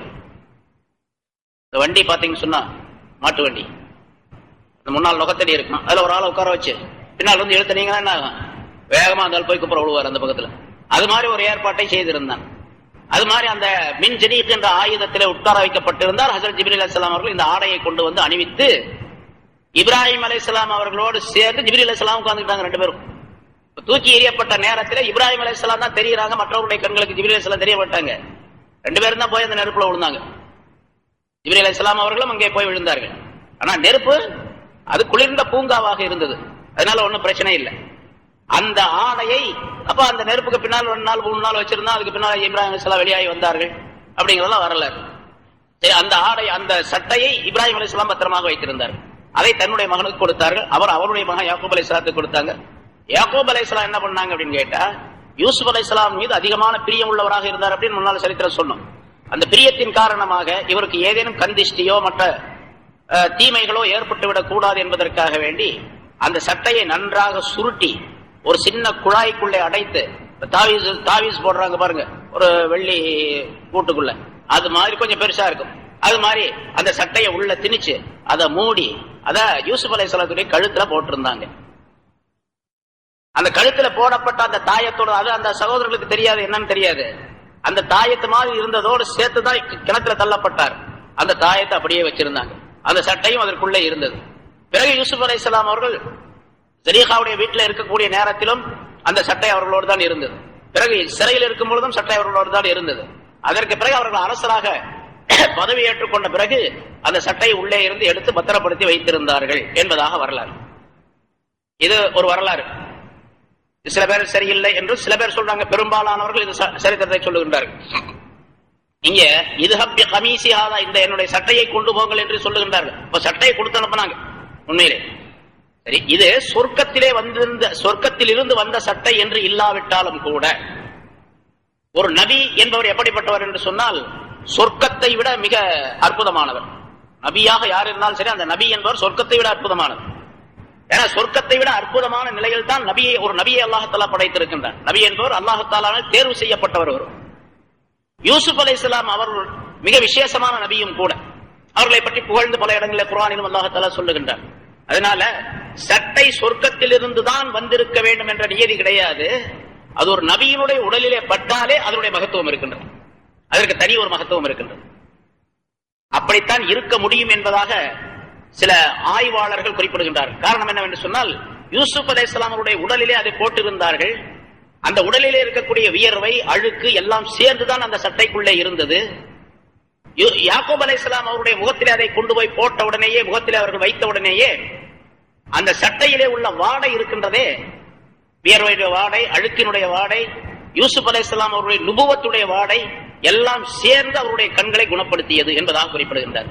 அதாவது இந்த வாசனைகள் தான் அந்த கண் பார்வை போனதற்கு, அது திரும்பி வருவதற்கு மருந்தாக ஆக்கப்பட்டது என்பதாக.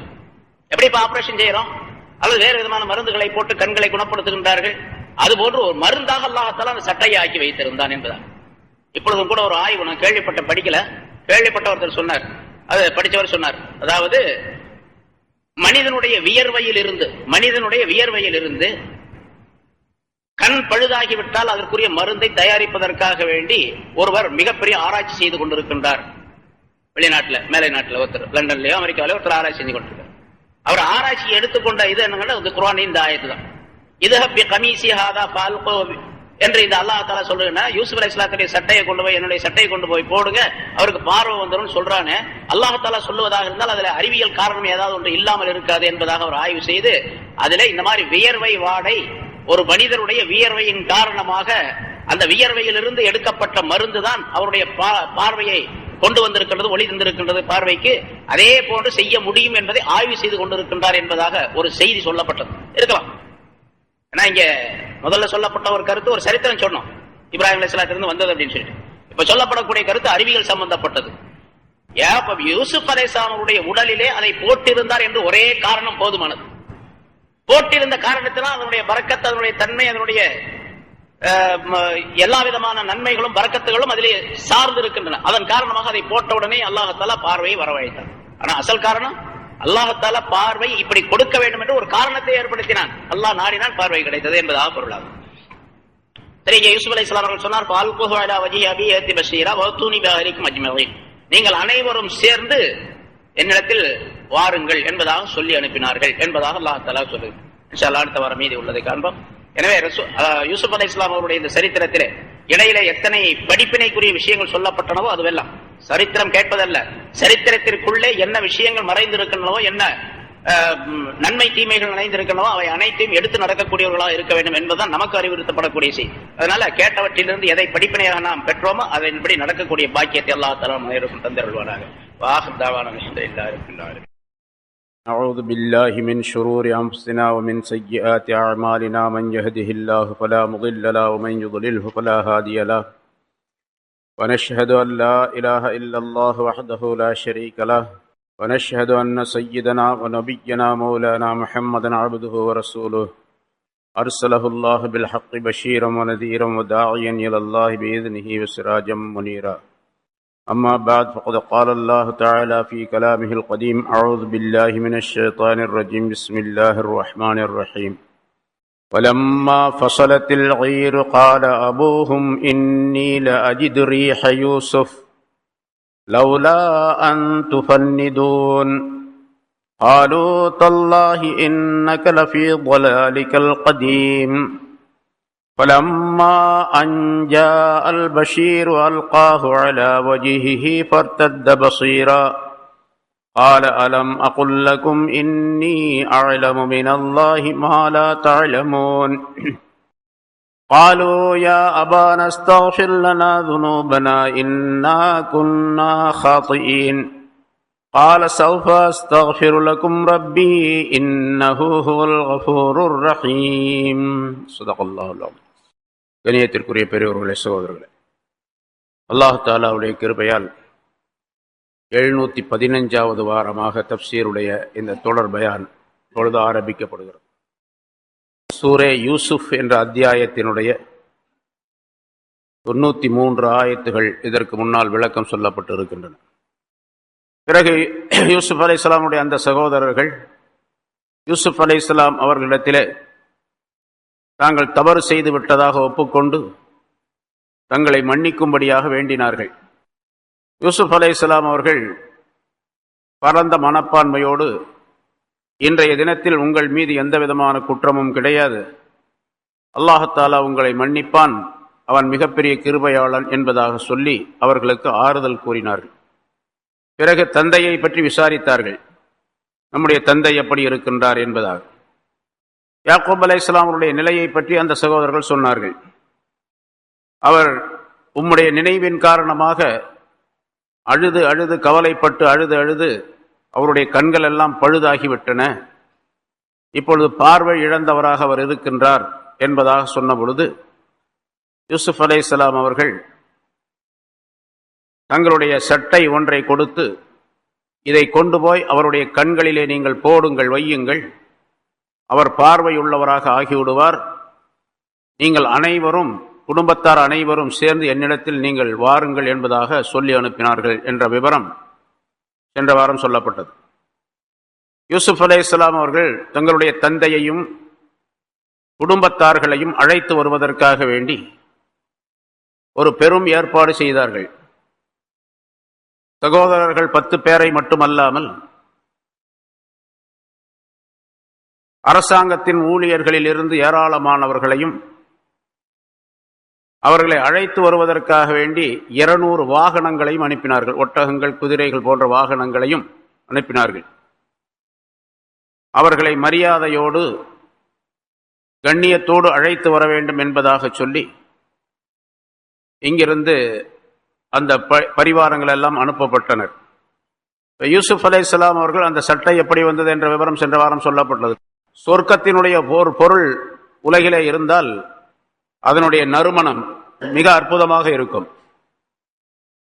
சொர்க்கத்தினுடைய நறுமணம் மிகச் சிறியதாக இருந்தாலும் இது இந்த உலகம் முழுவதும் பரவி வரக்கூடியதாக அதனுடைய அமைப்பை அல்லாஹ் தஆலா ஏற்படுத்தி வைத்திருக்கின்றான். அதே போன்று நரகத்தினுடைய விஷயமும் அப்படித்தான். நரகம் கடுமையான தண்டனைக்குரிய இடம், துர்நாற்றமுடைய இடம் என்றெல்லாம் சொல்லப்பட்டு இருக்கின்றது.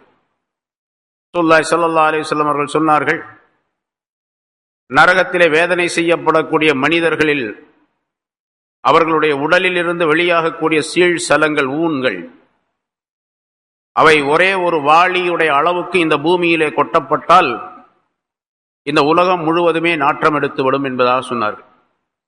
அவ்வளவு கடுமையான தன்மை உடையதாக அல்லாஹ் அதனை அமைத்து வைத்திருக்கின்றான். அதுபோன்று சொர்க்கத்தினுடைய நறுமணமும் அப்படித்தான். யூசுப் அலைஹிஸ்ஸலாம் அவர்கள் சொர்க்கத்திலிருந்து வந்த அந்த சட்டையை தங்களுடைய தந்தையினுடைய பார்வை திரும்பி வருவதற்கு உபாயமாக கொடுத்து அனுப்புகின்றார்கள். தெரியுது, யூசுப் அலைஹிஸ்ஸலாம் அவர்களுக்கு தெரியுமா? தெரிந்துதான் கொடுக்கின்றார்கள். எப்படி தெரிந்தது? அல்லாஹ் தஆலா அதை அறிவித்தான். நபி யூசுப் அலைஹிஸ்ஸலாம் அவர்கள் நபி, அல்லாஹுடைய ரசூலாக இருக்கின்றார்கள்.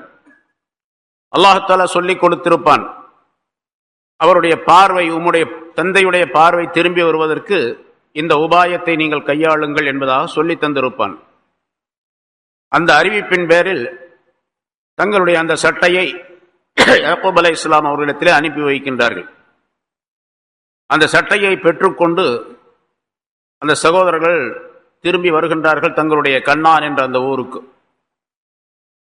சட்டையை யாரிடத்தில் கொடுத்தார்கள் என்று சொன்னால், சகோதரர்களிடத்திலே கொடுக்க நேர்ந்த பொழுது யெகூதா என்பவர் சொன்னார், சட்டையை நீங்கள் என்னிடத்தில் தான் கொடுக்க வேண்டும், நான் தான் இதை கொண்டு போய் நம்முடைய தந்தையுடைய கண்கள் பார்வை வரும் அளவுக்கு அதனை நான் செய்வேன் என்பதாக சொன்னார்.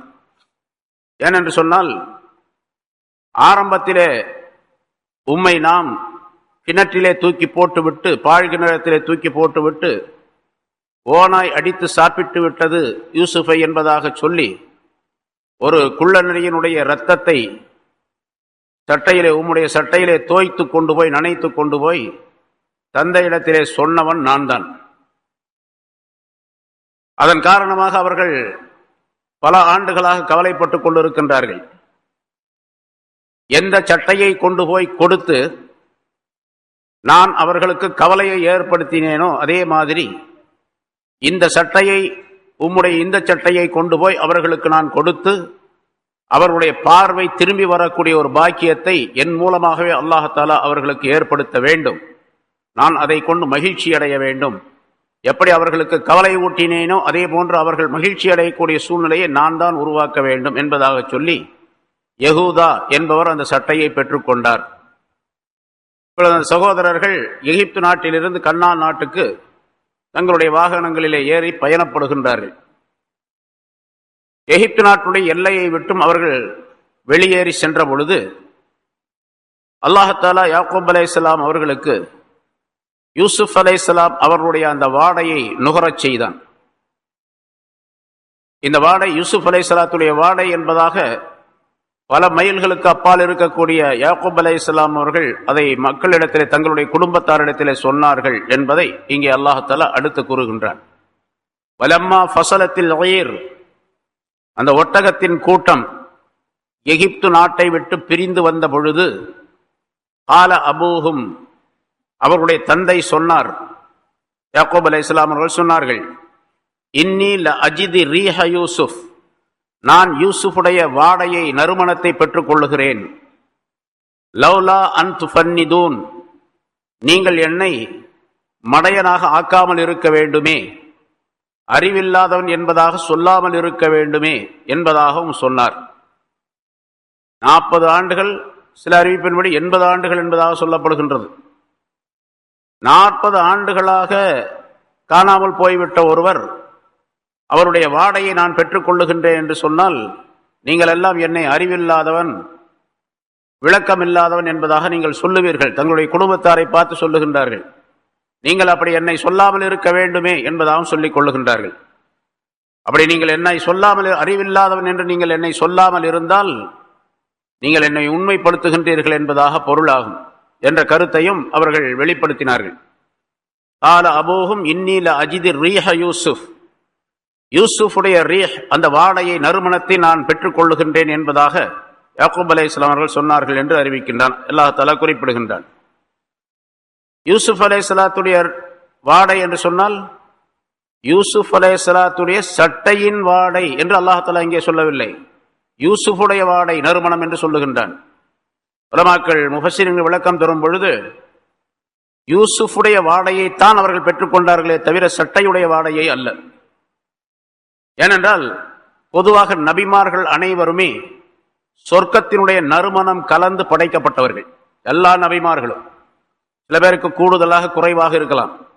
ரசூலுல்லாஹி ஸல்லல்லாஹு அலைஹி வஸல்லம் அவர்களுக்கு அது நிரப்பமாக இருந்தது. ஆகவேதான் ரசூலுல்லாஹி ஸல்லல்லாஹு அலைஹி வஸல்லம் அவருடைய உடலிலேயே இயற்கையாகவே கஸ்தூரியுடைய நறுமணம் வீசிக்கொண்டிருக்கும். ஏதாவது ஒரு இடத்தில் உட்கார்ந்து விட்டு ரசூலுல்லாஹி ஸல்லல்லாஹு அலைஹி வஸல்லம் அங்கிருந்து எழுந்து சென்றால் அந்த இடம் நறுமணம் கமழக்கூடியதாக இருக்கும். அதே போன்று ஏதாவது ஒரு வழியாக ரசூலுல்லாஹி ஸல்லல்லாஹு அலைஹி வஸல்லம் நடந்து சென்றால், நடந்து சென்று முடித்த பின்னால் அடுத்து யாராவது அந்த வழியிலே சென்றால் இந்த வழியாக ரசூலுல்லாஹி ஸல்லல்லாஹு அலைஹி வஸல்லம் போயிருக்கிறார்கள் என்று கண்டுகொள்ளலாம். அப்படிப்பட்ட நறுமணம் ரசூலுல்லாஹி ஸல்லல்லாஹு அலைஹி வஸல்லம் உடலிலே வீசிக்கொண்டிருந்தது என்பதாக சொல்லப்படும். பொதுவாகவே நபிமார்கள் அனைவருமே இம்மாதிரி நறுமணம் உடையவர்களாகவே இருந்தார்கள் என்பதற்கு இந்த ஆயத்து சான்று என்பதாக குறிப்பிடுகின்றார்கள். யூசுஃபுடைய நறுமணத்தை நான் பெற்றுக்கொள்ளுகிறேன் என்பதாக சொன்னார். யூசுப் அலைஹிஸ்ஸலாம் அவருடைய உடலில் தான் அந்த நறுமணம் இருந்ததே தவிர சட்டையில் அல்ல என்பதாக தெரியப்படுத்தப்படுகின்றது.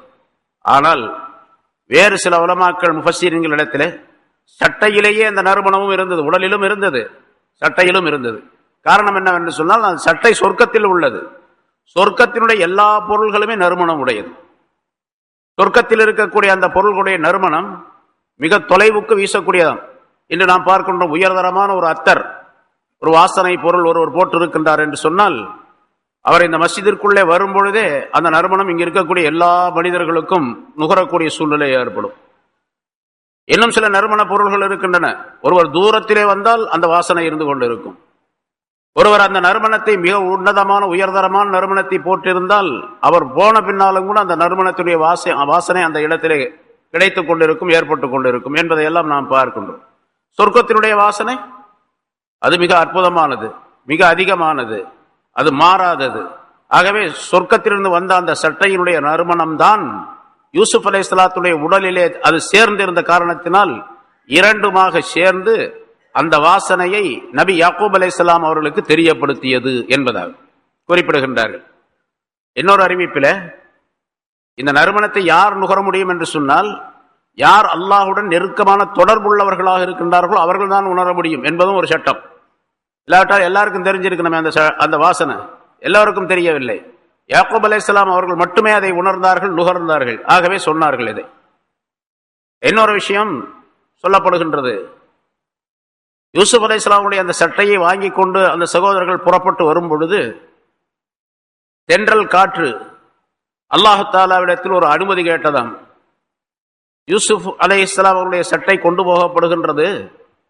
இதனுடைய இந்த சட்டை யாருக்காக வேண்டி கொண்டு போகப்படுகின்றதோ அந்த யாக்கூப் அலைஹிஸ்ஸலாம் அவர்களுக்கு இந்த சட்டை போய் சேருவதற்கு முன்னதாகவே அவர்களுடைய பார்வை திரும்பி வர வேண்டும் என்று அதை கொடுத்திருக்கின்றார்கள். பார்வை திரும்பி வரும் என்பதாக சொல்லி அனுப்பியிருக்கின்றார்கள். அதற்கு முன்னதாகவே ஒரு நற்செய்தியை அந்த யாக்கூப் அலைஹிஸ்ஸலாம் அவர்களுக்கு சொல்லுவதற்கு எனக்கு அனுமதி தர வேண்டும் என்பதாக தென்றல் காற்று அல்லாஹ் தஆலாவிடத்தில் கேட்டது. அல்லாஹ் தஆலா அனுமதி கொடுத்தான். யூசுப் அலைஹிஸ்ஸலாம் அவர்களுடைய உடலோடு சேர்ந்திருந்த சட்டையின் மீது பட்ட அந்த தென்றல் காற்று மிக வேகமாக சென்று யாக்கூப் அலைஹிஸ்ஸலாம் அவருடைய நாசியிலே அதனுடைய நறுமணத்தை கொண்டு போய் சேர்த்தது.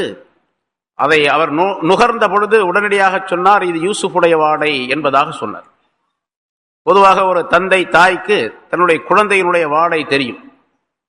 குழந்தையை தூக்கி வைத்தால் குழந்தையிலிருந்து வரக்கூடிய ஒரு நறுமணமான, கை குழந்தையில் இருக்கக்கூடிய ஒரு நறுமணம், அது மற்றவர்களுக்கு தெரிவதை விட தாய்க்கும் தந்தைக்கும் அதிகமாக தெரியும். யாருடன் அந்த குழந்தை அதிகமான தொடர்பு உடையதாக இருக்கின்றதோ அவருக்கு நன்றாக தெரியும். தந்தையுடன் அதிகமான ஒட்டுறவு இருந்தால் தந்தைக்கு அந்த வாசனை தெரியும். தாய்க்கு உறவு இருந்தால் தாய்க்கு அதிகமாக தெரியும். யூசுப் அலைஹிஸ்ஸலாத்து அவருடைய நிலை என்னவென்று சொன்னால், தாயை விட தந்தையிடத்திலே அதிகமாக உறவு உள்ளவராக, ஒட்டுறவு உள்ளவராக அவர் இருந்திருக்கின்றார் என்பது வரலாற்றிலே தெரியப்படுத்தப்படுகின்றது. ஏனால் இரண்டாவது சகோதரர் புன்யாமின் பிறந்த நேரத்திலே அவருடைய தாயார் இறந்து விட்டார். இப்பொழுது இருப்பது அந்த தாயாருடைய, யூசுப் அலைஹிஸ்ஸலாத்துடைய தாயாருடைய சகோதரியை திரும்ப ராஹிலா என்ற பெண்ணை திருமணம் செய்து கொண்டார்கள் யாக்கூப் அலைஹிஸ்ஸலாம் அவர்கள் மறுபடி. ஆக யூசுப் அலைஹிஸ்ஸலாம் அவர்களுடன் அதிகமான தொடர்புள்ளவர்களாக குழந்தை பருவத்திலிருந்து அவர்கள் இருந்த காரணத்தினால் யாக்கூப் அலைஹிஸ்ஸலாம் அவர்களுக்கு அந்த வாடையை நன்றாக நுகரக்கூடிய தன்மையை அல்லாஹ் தஆலா தந்திருந்தான், விளக்கத்தை தந்திருந்தான். ஆகவே எகிப்து நாட்டை விட்டு அந்த சட்டையை எடுத்துக்கொண்டு சகோதரர்கள் புறப்பட்ட அதே நேரத்திலே கண்ணான் என்ற அந்த ஊரிலே இருக்கக்கூடிய யாக்கூப் அலைஹிஸ்ஸலாம் அவர்கள் எவ்வளவு தூரம், அறிவிப்பிலே பலவிதமான கருத்துக்கள் சொல்லப்பட்டு இருக்கின்றன.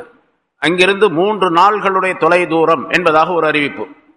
3 நாள் என்று சொன்னால் ஏறக்குறைய ஒரு 50-60 மைல் உடைய தூரம், 50 மைல் தூரம் என்பதாக வைத்துக் கொள்ளலாம். 3 நாளுடைய தொலை தூரம் அந்த காலத்துடைய அளவுப்படி. அல்லது 80 ஃபர்சக் என்பதாக சொல்லுவார். ஒரு ஃபர்சக் என்பது 3 மைல். அப்ப 240 மைல் தூரத்திலே அந்த கண்ணான் என்ற ஊர் இருந்தது என்பதாக. ஏன்னா ஒரு வாரம் அல்லது 10 நாள் பயணமாக செல்லக்கூடிய தூரத்திலிருந்து எகிப்திலிருந்து என்பதாக குறிப்பிடப்பட்டு இருக்கின்றது. அவ்வளவு தூரத்தில் இருக்கக்கூடிய அந்த ஊருக்கு யாக்கூப் அலைஹிஸ்ஸலாம் அவர்களிடத்திலே இந்த சட்டையினுடைய வாடை, யூசுப் அலைஹிஸ்ஸலாமுடைய நறுமணம் சென்று சேர்ந்தது. அல்லாஹ் தஆலா அதை சேர்த்து வைத்தான் என்பதாக பொருள். அதை அல்லாஹ் தஆலா இங்கே குறிப்பிடுகின்றான். இந்த நறுமணத்தை உணர்ந்த யாக்கூப் அலைஹிஸ்ஸலாம் அவர்கள் யூசுப் அலைஹிஸ்ஸலாத்துடைய நறுமணத்தை நான் அடைந்து கொள்ளுகின்றேன், பெற்றுக் கொள்ளுகின்றேன் என்பதாக சொல்லிவிட்டு லவ்லா அன் துஃபன்னிதூன் என்ற ஒரு வாசகத்தையும் சொல்லுகின்றார்கள். நான் இப்ப யூசுப் அலைஹிஸ்ஸலாத்துடைய வாடையை உணர்கின்றேன், நுகர்கின்றேன் என்பதாக சொன்னால் நீங்கள் அதை மறுப்பீர்கள். நீங்க என்னை அறிவில்லாதவன் என்பதாக சொல்லுவீர்கள், அல்லது வழிகேட்டிலே இருக்கின்றீர் என்பதாக சொல்லுவீர்கள், பழைய நிலையிலேயே நீங்கள் இருந்து கொண்டிருக்கின்றீர்கள் என்பதாக சொல்லுவீர்கள், அல்லது என்னை பொய்ப்படுத்துவீர்கள். துஃபன்னிதூன் என்பதற்கு பலவிதமான அர்த்தங்கள் செய்யப்பட்டு இருக்கின்றன. துஸஃபிஹூன் அறிவில்லாதவன் என்பதாக என்னை சொல்லுவீர்கள். துகதிபூன், பொய்யன் என்பதாக என்னை சொல்லுவீர்கள். துஹர்ரிமூன், இவருக்கு வயசாகி போச்சு என்று நீங்கள் சொல்லுவீர்கள். துஅஜிசூன், என்னை இயலாதவன் என்பதாக நீங்கள் சொல்லுவீர்கள். துகப்பிஹூன், என்னை நீங்கள் பழிக்கக்கூடியவனாக, என்னை பழிப்புக்குரியவனாக நீங்கள் ஆக்கி விடுவீர்கள். துலாயிஃபூன், என்னை பலவீனன் என்பதாக நீங்கள் சொல்லுவீர்கள். துல்லல்லிலூன், நீங்கள் என்னை வழிகட்டவன் என்பதாக சொல்லுவீர்கள். தலூமூன், என்னை நீங்கள் பழிப்பீர்கள் என்ற பொருள்கள் எல்லாம் துஃபன்னிதூன் என்ற வார்த்தைக்கு உண்டு. ஆக எத்தனை அர்த்தங்கள் சொல்லப்பட்டோ அது பூராவுமே அதுக்கு பொருத்தமானதுதான். ஆக இப்படியெல்லாம் நீங்கள் என்னை சொல்லுவீர்கள். அப்படி சொல்லாமல் இருந்தால் நான் சொல்லுகின்ற விஷயம் உண்மை என்பதாகவும் நீங்கள் நம்புவீர்கள் என்பதை யாக்கூப் அலைஹிஸ்ஸலாம் அவர்கள் தங்களிடத்தில் இருந்த அந்த குடும்பத்தாரிடத்தில் சொல்லி காட்டுகின்றார்கள். சொன்ன பின்னாலும் கூட அவங்க சொன்னாங்க, அந்த குடும்பத்தார்கள் கேட்டவர்கள் சொன்னார்கள், காலு, அவர்கள் சொன்னார்கள், தல்லாஹி இன்னக லஃபீ ضலாலிகல் கதீம், அல்லாஹ்வின் சத்தியமாக நிச்சயமாக நீர் பழைய வழிகேட்டிலேயே இருக்கின்றீர் என்பதாக சொன்னார். எப்பவும் சொல்ற கதையைத்தான் சொல்லிக்கிட்டே இருக்கிறீங்க. தினந்தோறும் இப்படி சொல்லி யூசுஃபை பத்தி நீங்க சொல்லிக்கிட்டே இருப்பீங்க. அதைத்தான் எப்பவும் சொல்றீங்க. இன்னக லஃபீ ضலாலிகல் கதீம், பழைய வழிகேடு அப்படின்னு சொன்னா வழிகேடுங்கிறது இஸ்லாத்துக்கும் அல்லது ஈமானுக்கு எதிரானது அப்படிங்கிற அர்த்தம் அல்ல. இந்த இடத்துல பழைய தவற்றிலேயே நீங்கள் இருக்கின்றீர்கள், பழைய சொல்லிலேயே நீங்கள் இருந்து கொண்டிருக்கின்றீர்கள், பழைய முறையீட்டிலேயே நீங்கள் இருந்து கொண்டிருக்கின்றீர்கள் என்பதாக பொருளாகும். எப்படி இதுவரைக்கும் சொல்லிட்டு இருந்தீங்களோ அதே மாதிரி தான் சொல்லிட்டு இருக்கிறீங்க என்பதாக அவர்கள் சொன்னார்கள். அதாவது நீங்க சரியான அறிவுடையவராக இல்லை, உங்களை அறிவிலே பேதகம் ஏற்பட்டு விட்டது, அறிவிலே குளறுபடி ஏற்பட்டு விட்டது உங்களுக்கு என்ற கருத்திலே இன்னக லஃபீ ضலாலிகல் கதீம் என்பதாக சொல்லுகின்றார்கள் என்று விளக்கம் தரப்பட்டு இருக்கின்றது. சரி, இப்படி இருந்து அப்போ அந்த சகோதரர்கள் இந்த சட்டையை கொண்டு வந்தார்கள். பலம்மா அன்ஜா அல் பஷீர், நற்செய்தி சொல்லக்கூடியவர் வந்த பொழுது, நற்செய்தி சொல்லக்கூடியவர் அதான் அந்த யஹூதா என்பவர் அந்த சட்டையை கொண்டு வந்த பொழுது, யூசுப் அலைஹிஸ்ஸலாம் அவர்கள் அந்த செய்தியை சொல்லி அனுப்பினார்கள். அது ஒரு நல்ல செய்தி. அந்த நல்ல செய்தியை யாக்கூப் அலைஹிஸ்ஸலாம் அவர்களிடத்தில் அந்த வீட்டுக்கு அவர் கொண்டு வந்த பொழுது, பலம்மா அன்ஜா அல் பஷீர் அல்காஹு அலா வஜிஹிஹி, அந்த சட்டையை அவர் போட்டார், அலா வஜிஹி, யாக்கூப் அலைஹிஸ்ஸலாத்துடைய முகத்தின் மீது போட்டார். இந்த சட்டையை கொண்டு வந்து முகத்திலே வைத்தார் அப்படின்னு அர்த்தம். போட்டார்னு சொன்னா தூக்கி எரிஞ்சார்னு அர்த்தம் இல்ல, சட்டையை முகத்திலே வைத்தார். யூசுப் அலைஹிஸ்ஸலாம் சொல்லி அனுப்பினாங்க, இதை கொண்டு போய் போடுங்க முகத்துல, அவர் பார்வை வந்து விடும் என்பதாக சொன்னார். பர்தத்த பசீரா, உடனடியாக அதே நிமிஷத்திலே அதே வினாடியிலேயே அவர் பார்வை உடையவராக திரும்பி வந்தார், மாறிவிட்டார் என்பதாக அல்லாஹ் குறிப்பிடுகின்றார். ஆக யாக்கூப் அலைஹிஸ்ஸலாம், யூசுப் அலைஹிஸ்ஸலாம் அவருடைய உடலை சார்ந்த அந்த சட்டை, யூசுப் அலைஹிஸ்ஸலாம் அவருடைய அந்த வாடை ஹஜ்ரத் யாக்கூப் அலைஹிஸ்ஸலாம் அவருடைய பார்வையை திருப்பி தந்தது என்பதாக இங்கே விளக்கப்படுகின்றது. இல்ல, யாக்கூப் அலைஹிஸ்ஸலாம் அவர்களுக்கு அல்லாஹ் தஆலா அந்த பார்வையை கொடுத்தது என்பது சட்டையும் யூசுப் அலைஹிஸ்ஸலாத்துடைய அந்த வாடையும் யூசுப் அலைஹிஸ்ஸலாமுடைய சொல்லும் காரணமாக இருந்தது என்பதாக அர்த்தம். அந்த சட்டைக்கோ அல்லது யூசுப் அலைஹிஸ்ஸலாம் அவர்களுக்கோ தனிப்பெரும் சக்தி கிடையாது என்பதையும் நாம் இங்கே விளங்க வேண்டும். பொதுவாக ஒரு விஷயம் நடைபெற வேண்டும் என்று சொன்னால் உலகத்திலே ஒரு காரணத்தை அல்லாஹ் தஆலா ஏற்படுத்தி வைத்திருப்பான். அந்த காரணத்தை செய்யும் பொழுது அல்லாஹ் தஆலா அந்த நிகழ்வை உண்டாக்கி விடுவான். உதாரணமாக ஒரு நோய் ஏற்படுகின்றது, அந்த நோய்க்கு ஒரு மருந்து சாப்பிட வேண்டும், நோய்க்குரிய ஒரு மருந்து இருக்கின்றது. அந்த மருந்தை சாப்பிட்டால், அந்த மருந்தை உட்கொண்டால் அந்த நோய் விலகிவிடும், நீங்கிவிடும். இப்பொழுது நோய் விலகியது, நோயை தீர்த்து வைத்தது, நோயை விலக்கியது, நோயை சுகமாக்கியது அந்த மருந்து அல்ல, மருந்து காரணமாக ஆக்கப்பட்டு இருக்கின்றது. அல்லாஹ்தான் அந்த நோயை சுகமாக்கினான் என்று நம்பிக்கை கொள்ள வேண்டும் என்பது அடிக்கடி சொல்லப்பட்டு இருக்கின்றது. அதே போன்றுதான் இங்கே இந்த சட்டையையும் யூசுப் அலைஹிஸ்ஸலாத்துடைய நறுமணத்தையும் அந்த சட்டையினுடைய நறுமணத்தையும் அல்லாஹ் தஆலா இவருடைய பார்வை திரும்பி வருவதற்கு ஒரு காரணமாக ஆக்கி வைத்தான். அல்லாஹ் தான் அந்த பார்வை திருப்பி கொடுத்தான். ஆனா இங்கே வெளிப்படையாக சொல்லப்படுவது என்று சொன்னால் அவர் பார்வை உடையவராக ஆகிவிடுவார் என்று யூசுப் அலைஹிஸ்ஸலாம் சொல்லி அனுப்பினார்கள்.